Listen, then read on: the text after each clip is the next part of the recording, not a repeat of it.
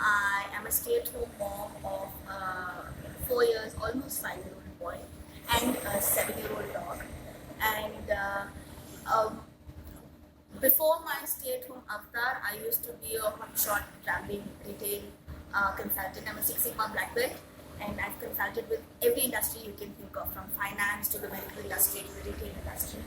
And all of that changed when my son was born, and I realized there was nothing more that I wanted to do than stay at home with my son and enjoy every single moment of him growing up. And I've done that every single day. I've seen him, I've been through the sleepless nights where he wouldn't leave my breast for hours, and I have a rocking chair in my house that I've sat on for 16 hours in a day because he wouldn't let go. But I don't look back at it painfully or with sadness. It was 16 hours that I spent with a son who I absolutely enjoy. I love my son, that's a different aspect altogether, but I enjoy my son. I enjoy being with him. He's the most fun person that I know, apart from my husband, and I think he and I have a unique connection that we were able to foster because I gave up my time to be completely and unencumbered mother. I didn't have to worry about going back to work. I didn't have to worry about work deadlines. I didn't have to worry about. I didn't have to worry about switching off office mode when I came home. And I've never been happier. This is by and large, touchwood, the happiest time of my life. That doesn't mean I've stayed at home idle. It's not like I stay at home doing nothing, flouncing around. All the tough times of motherhood has come whether you're a working mother or not. I admit that I might have had it slightly easier because I don't have the added pressure of going back to work. But I've also had the joy of learning to try my hand at so many things that I wanted to try over the years. I became a baker. I baked completely healthy, whole wheat goods, from breads to cakes to cookies, you name it, held bake sales, and have had validation from complete strangers about how good my baking was, so my husband didn't have to lie. I've tried my hand at painting, and I paint on canvas at home. I've tried my hand at writing. I write on my blog, I write on parenting websites.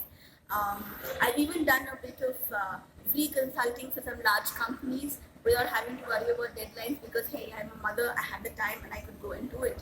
Wonderful.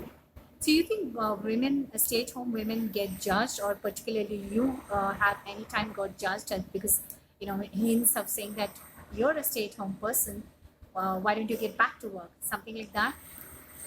Absolutely. I think the biggest judgment has come from my family itself, where I can see I come from an extremely well qualified, professional family. My mom, dad, sister, all of them are accomplished in their own fields, and each of them have their own way of trying to gently nudge me back into the working world. I think the most vocal about them being my sister, who's also 7 years younger to me, so I can forgive her for the follies of youth, so to speak, where she says, you're wasting your time. Look at you. You're so much better than so many of these people I meet every day. You're so much better than at what you do than what I do.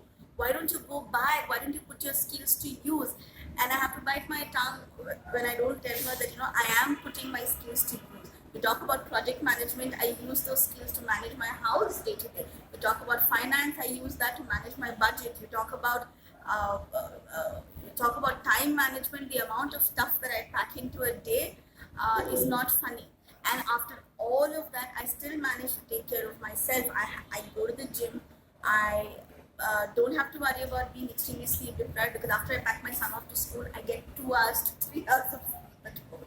I do all of that, and I don't have to worry about my sanity or my husband's or my family's sanity because while my husband goes to work and brings home the bacon, I get to do everything else that we would otherwise have had to put off until the weekend, and that would have meant we would have had no time together as a family. We would have only had time for chores. I don't have to worry about paying bills, getting the electrician, getting the plumber, and taking people to the doctor, doing a million other things that would have only had to have waited till the weekend. I also had friends who people are very politically correct. They don't come straight out and say, "Why are you doing this? Why are you staying at home?" But you have that very an eye roll and a sarcastic, "Oh, but I would never be able to do that."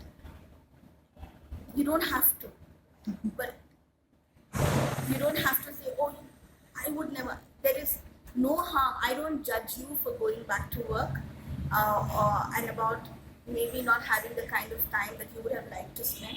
And I would love it if you didn't judge me, especially. And I feel far more judgment coming my way than a lot of maybe my peers, because I gave up an extremely successful career. I didn't come from a traditional mold of people who were brought up to. I was not brought up in a family where my ultimate goal was to get married. My parents would have been equally happy if I had been single all my life. And so, having come from that kind of a setup, and I was a typical rock chick and all of that. I used to hang out at pubs and all of that, and to leave all of that behind to settle.